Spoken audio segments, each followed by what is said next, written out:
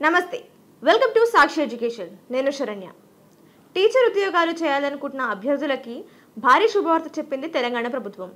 రాష్ట్ర వ్యాప్తంగా భారీ టీచర్ నియామకాలను చేపట్టనున్నట్లు ప్రభుత్వం తాజాగా ప్రకటించింది.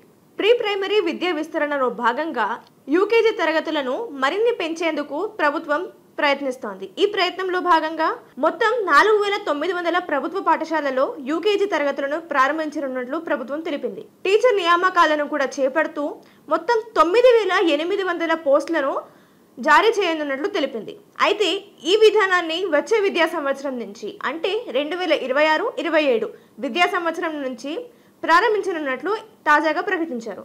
ఇప్పటికే 1000కు పైగా ప్రభుత్వ పాఠశాలల్లో యూకేజీ తరగతులు నిర్వహిస్తున్నారు.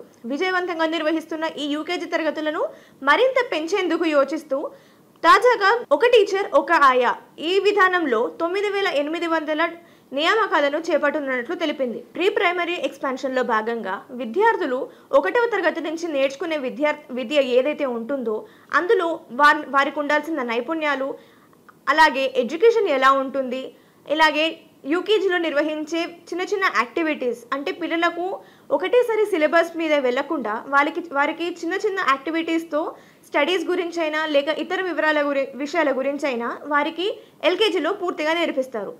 ఇందులో వారికి నైపుణ్యాలు పెంపొందించుకునే అవకాశం గట్టిగానే ఉంటుంది. మరిన్ని ఎడ్యుకేషన్ అండ్ జాబ్ అప్డేట్స్ కోసం సాక్షి ఎడ్యుకేషన్ యూట్యూబ్ ఛానల్ను సబ్స్క్రైబ్ చేసుకోండి. Thank you.